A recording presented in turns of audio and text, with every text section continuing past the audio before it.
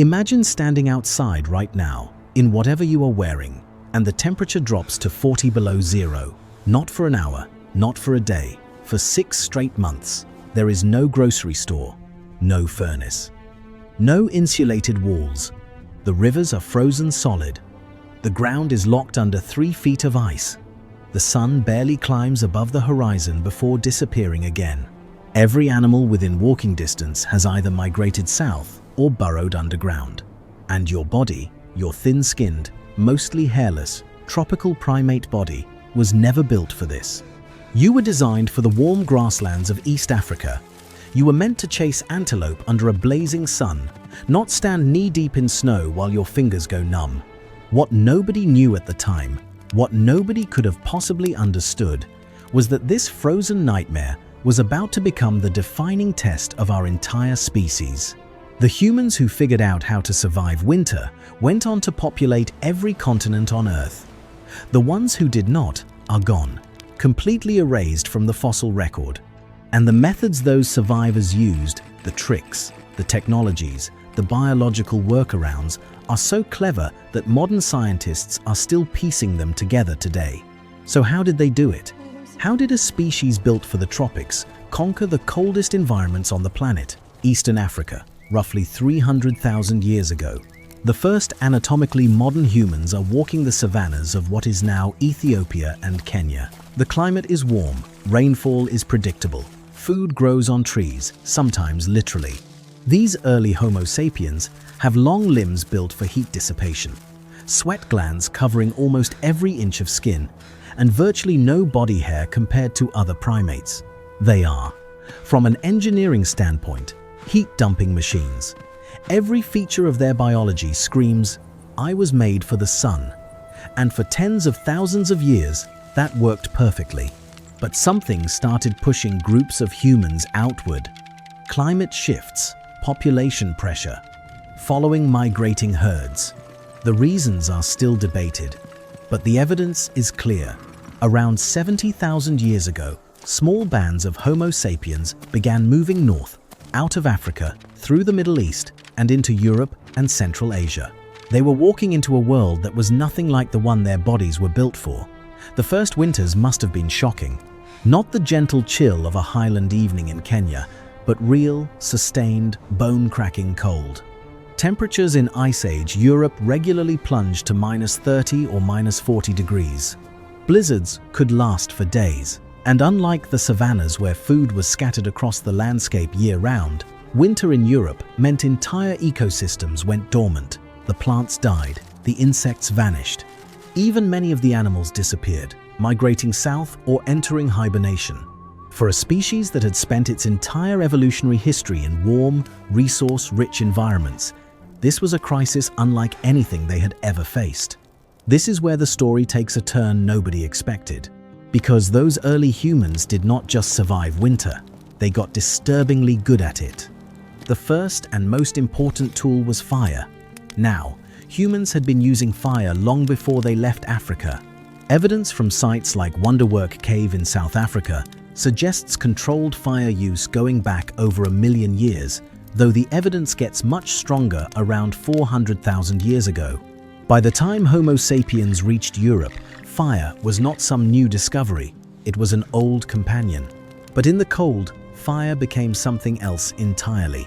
It became the difference between life and death on any given night.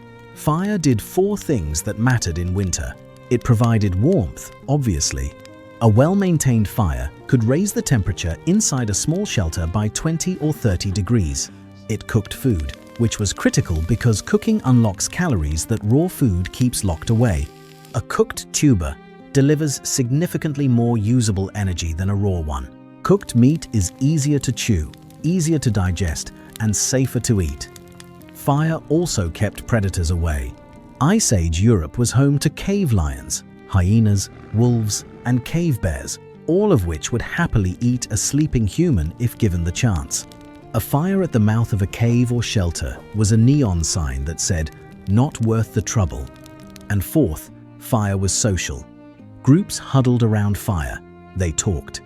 They planned hunts. They told stories. That social bonding was not a luxury. It was survival infrastructure. Because in winter, isolated individuals died, groups lived, but fire had limits. And this is where a lot of people get the story wrong.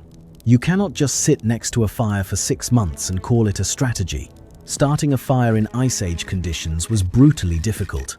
The two main methods were striking flint against iron pyrite to create sparks, or friction-based techniques like the hand drill or bow drill. Both require dry tinder, which is almost impossible to find during a blizzard.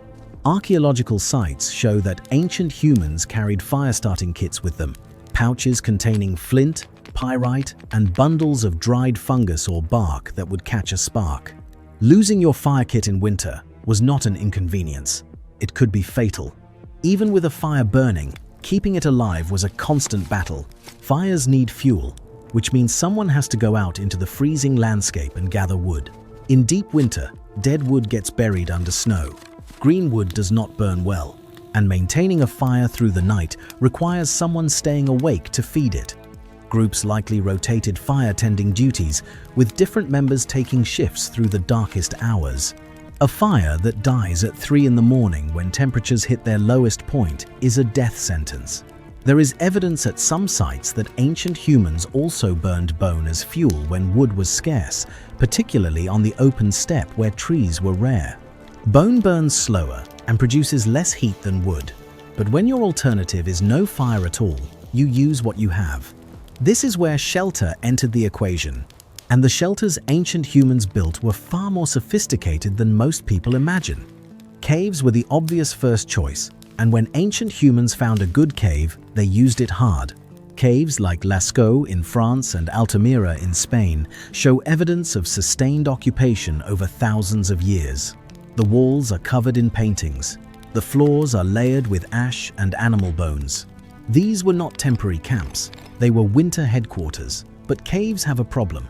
There are not enough of them. Not every group could find a suitable cave in the right location near water and game trails. So humans started building their own shelters. The earliest constructed shelters were probably simple windbreaks, branches and hides leaned against a rock face to block the wind. But over time, these evolved into genuine architecture. At a site called Mezhirich in central Ukraine, archaeologists found the remains of huts built entirely from mammoth bones. Jaw bones, leg bones, tusks, and skulls stacked and interlocked into dome-shaped structures roughly 15 feet across. The bones of around 95 mammoths went into building just 4 huts at this site. These structures date to roughly 15,000 years ago, and they were covered in animal hides and probably packed with earth or snow for insulation. Inside, with a small fire burning, the temperature could stay survivable, even when the outside air was deadly cold. Think about that for a second. These people were engineering heated shelters from the skeletons of the largest animals on the continent. But a warm shelter without warm clothing is still a death trap the moment you step outside. And you have to step outside, you have to hunt, you have to gather water, you have to collect firewood, you have to move between camps when local resources run thin. Which means you need something covering your body that traps heat the way fur covers a wolf or a bear. This is where bone needles changed everything. Archaeologists have found bone-sewing needles dating back roughly 40,000 years, with eyelets carved into them small enough to thread animal sinew through. These were not crude tools. They were precision instruments, sometimes only a few inches long, polished smooth so they would slide through tough hide without snagging. And they tell us something important. Humans were not just draping animal hides over their shoulders like a cape. They were cutting hides to shape, stitching them together with dried animal tendons, and creating tailored garments that fit the body. We know from modern Arctic peoples like the Inuit that the most effective cold weather clothing uses fur with the hair facing inward against the skin, trapping a layer of warm air. Ancient Europeans almost certainly figured this out as well. Reindeer hide was particularly prized because reindeer hair is hollow, which creates extra insulation. A fitted reindeer hide parka is warmer pound for pound than almost any natural material on Earth. Fitted clothing traps warm air against the skin far more efficiently than a loose wrap. It covers the extremities, the hands, the feet, the head, where heat loss is most severe. And layered clothing, an inner layer against the skin and an outer layer to block wind, creates an insulating system that works in extreme cold. There is an incredible piece of genetic evidence that helps us understand when clothing became standard rather than optional. The human body louse, the species that lives in clothing and feeds on skin, diverged from the human head louse around 170,000 years ago. That divergence could only happen after humans started wearing clothes regularly enough for a new ecological niche to open up. So well before humans even left Africa, they were already wearing garments often enough that lice evolved to exploit the opportunity. By the time they reached Ice Age Europe, clothing technology had been refined over tens of thousands of years. Now, here is the part that really separates ancient winter survival from anything we experience today. Food. In warm climates, food is diverse and relatively available year-round. Fruits, tubers, nuts, insects, small game. You can survive as a generalist, picking up calories from a dozen different sources in a single day. But winter in Ice Age Europe was a completely different equation. Plant foods disappeared almost entirely. The landscape was tundra and steppe, frozen grasslands stretching to the horizon. Calories had to come from animals, and not small animals either. The energy cost of surviving in extreme cold is enormous. A modern human needs roughly 2,000 calories per day in normal conditions. In sustained cold with heavy physical activity like hunting, that number jumps to 4,000 or even 5,000 calories per day. You cannot meet that demand by trapping rabbits. You need big game, mammoth, bison, wild horse, reindeer. Hunting these animals in winter required cooperation on a scale that would have been unnecessary in warmer environments. A single hunter cannot bring down a full-grown woolly mammoth, but a group of 15 or 20 hunters working together, using the landscape to funnel animals toward a cliff edge or into a bog, could take down prey that would feed the entire band for weeks. The weapons they used were surprisingly effective. Wooden spears tipped with napped flint points could penetrate thick hide when thrown with enough force. By around 20,000 years ago, some groups had developed the atlatl, a spear-throwing device that essentially extended the length of the human arm and could launch a projectile with enough velocity to bring down a horse from 30 yards away. That is a significant technological leap from simply jabbing a pointed stick at something and hoping for the best. Winter hunting also demanded an intimate understanding of animal behavior. Hunters had to know where herds would gather near unfrozen water sources, which valleys channeled migrating reindeer into predictable paths, and how deep snow affected the movement of heavy animals like bison. A mammoth stuck in deep snowdrift was far easier to surround than one on open ground. Tracking animals through fresh snow also gave hunters a visual record of prey movement that did not exist in warmer months. Snow, in a strange twist, actually made certain kinds of hunting easier. Archaeological sites across Europe show evidence of mass kill events where dozens of horses or bison were driven off cliffs or into natural traps. The bones pile up in layers at the base of these sites. This was not opportunistic hunting. This was organized, planned, and repeatable. But killing a mammoth in January creates a new problem. You now have several thousand pounds of meat, and it is -20 outside. But you cannot eat it all before it spoils, and you cannot carry it all with you when you move camp. So ancient humans developed food storage techniques. In Siberia and other permafrost regions, there is evidence that hunters cached meat in frozen ground, essentially creating natural freezers. They dug pits, stored cuts of meat, covered them with rocks and snow, and returned to them later in the season. Some of these meat caches were found with the food still partially preserved thousands of years later, which is both impressive and a little unsettling. Water was another constant challenge that rarely gets mentioned. Everything is frozen. Rivers, lakes, ponds, all locked under ice. You cannot just scoop water out of a stream. You have to melt snow or ice over a fire, which takes fuel and time. Dehydration in winter is a real killer because cold air is extremely dry and the body loses moisture with every exhale. Ancient humans would have needed to process large quantities of snow into drinking water every single day just to stay functional. Fat was arguably more important than meat itself. Fat contains 9 calories per gram compared to 4 calories per gram in protein. In extreme cold, the body burns fat preferentially to generate heat. Groups that could access fatty animals, or that knew to prioritize the fattiest cuts, had a significant survival advantage. Bone marrow, which is essentially liquid fat trapped inside bone shafts, was extracted by smashing long bones open with rocks. Brain tissue, another fat-rich organ, was consumed regularly. These are not the parts of the animal that modern people typically eat, but for ancient winter survivors, they were the most valuable parts of the kill.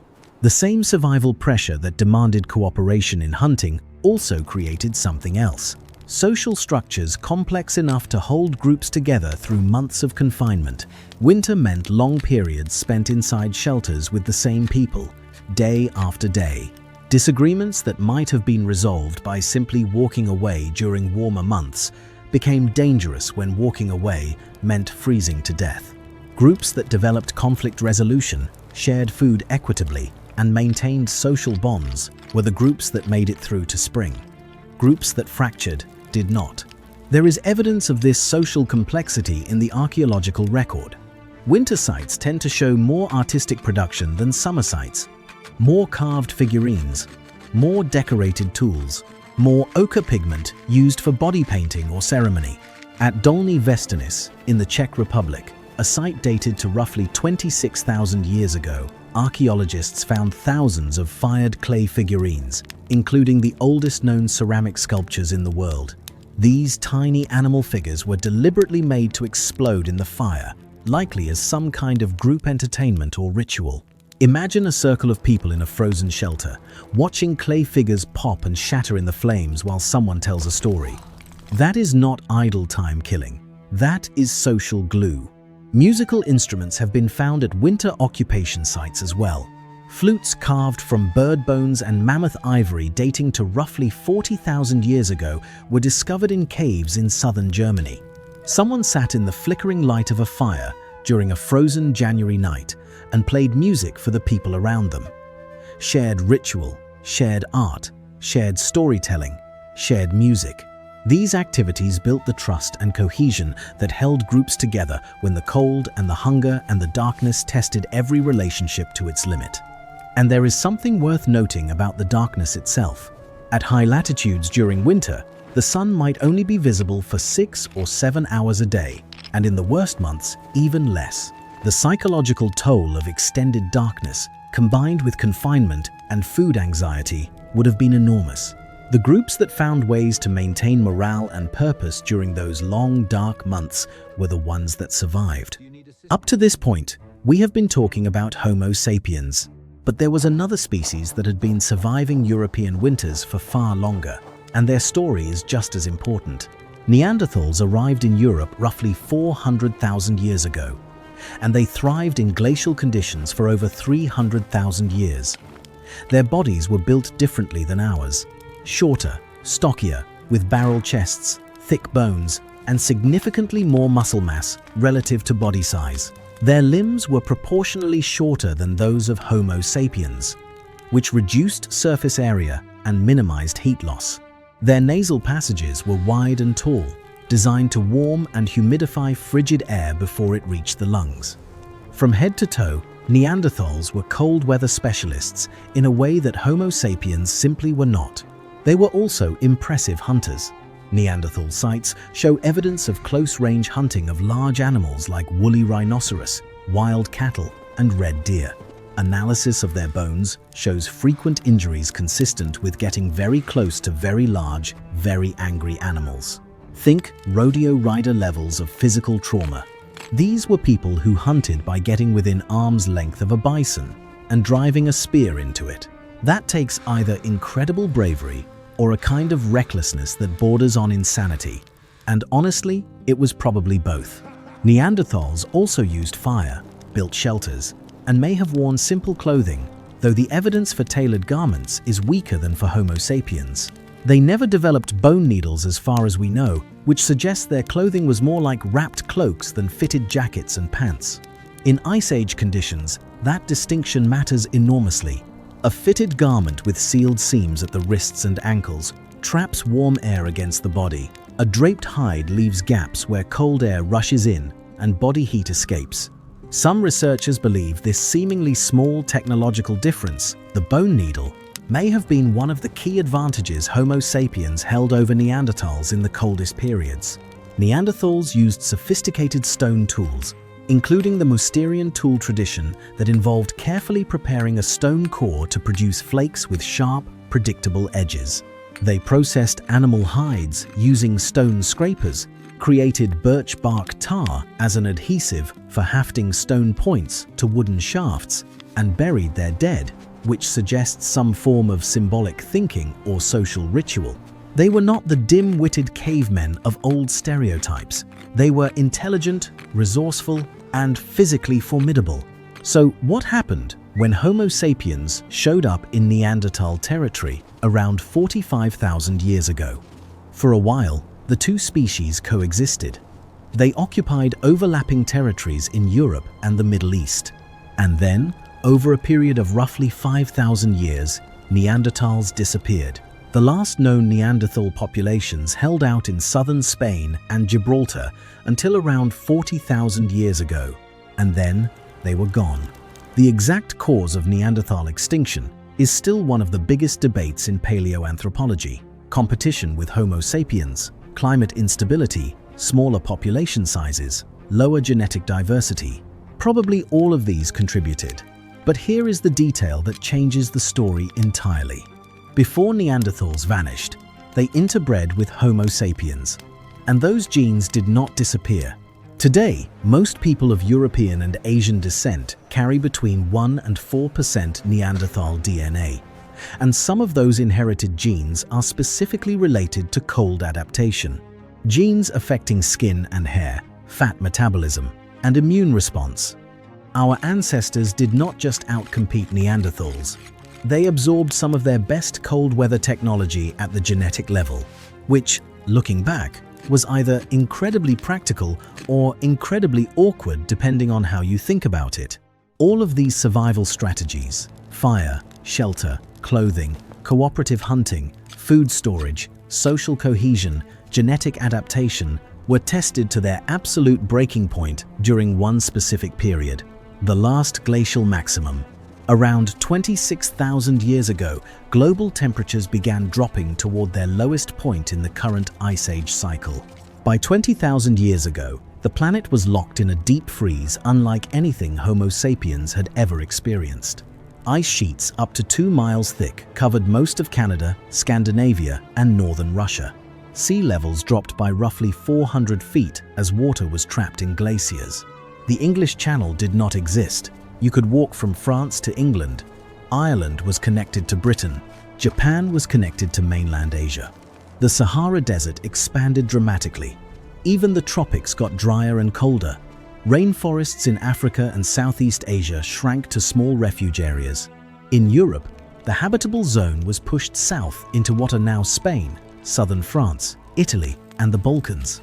The great open steppes that had supported mammoth herds became even harsher. Human populations contracted dramatically. Genetic studies suggest that the total breeding population of Homo sapiens during the last glacial maximum may have dropped to somewhere between 10,000 and 30,000 individuals worldwide. Not 10,000 in one place, 10,000 total, scattered across entire continents. Our species came genuinely close to extinction. The groups that survived did so by concentrating in refugia, pockets of relatively milder climate where enough game and water existed to sustain small bands. Southern France became one of the most important of these refugia. The Dordogne Valley, with its limestone caves, river systems, and relatively moderate winters, became a stronghold of human survival. The Iberian Peninsula, modern-day Spain and Portugal, served as another critical refuge. So did parts of Italy and the Balkans. These pockets of survivable territory became the genetic bottlenecks through which all of modern European ancestry was squeezed. The density of cave art in southern France from this period is not a coincidence. The stunning paintings at Chauvet Cave, dating to over 30,000 years ago, and the later masterworks at Lascaux from around 17,000 years ago, were created by people living under extreme environmental pressure. Some researchers believe the art itself served a survival function, recording the movements and behaviors of the animals these communities depended on, passing critical hunting knowledge from one generation to the next through images that could be understood without language barriers. Others argue the art was spiritual, a way of maintaining psychological resilience in the face of relentless hardship.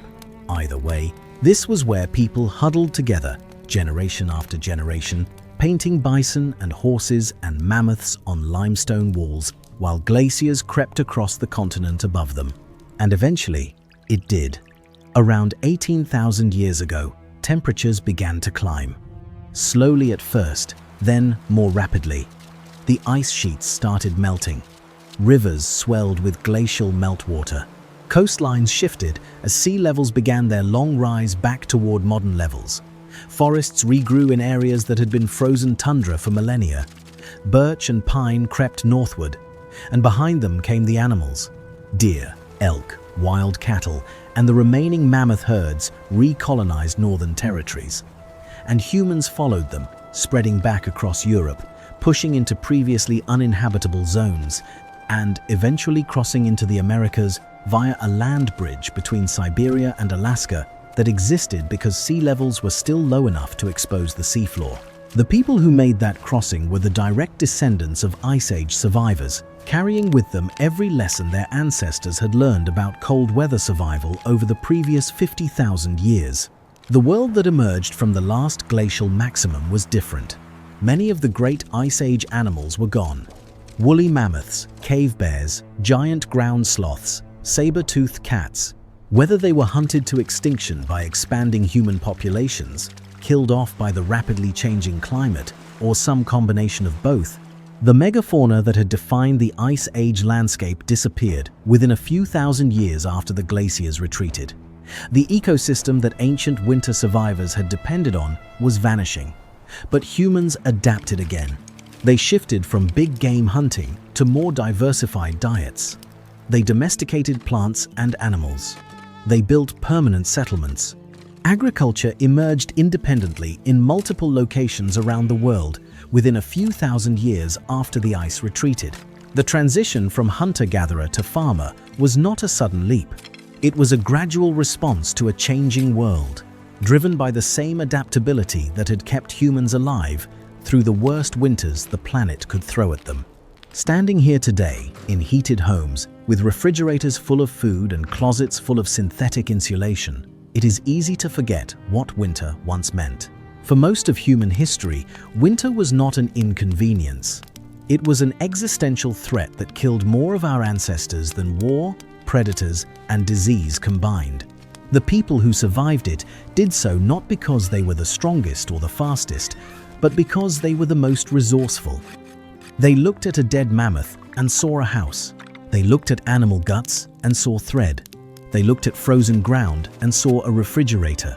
They looked at a dark, freezing night and saw an opportunity to sit closer together, tell stories, and plan for tomorrow. Every winter coat you own, every insulated wall in your house, every preserved food in your pantry is a descendant of ideas that were born in Ice Age caves by people who had no guarantee they would see the spring. They survived not by conquering winter, but by learning to live inside it. And the fact that you are here, watching this, means their bet paid off. If this story pulled you in, hit subscribe and leave a comment telling us which ancient survival technique surprised you the most. And drop a like so more people can find this video.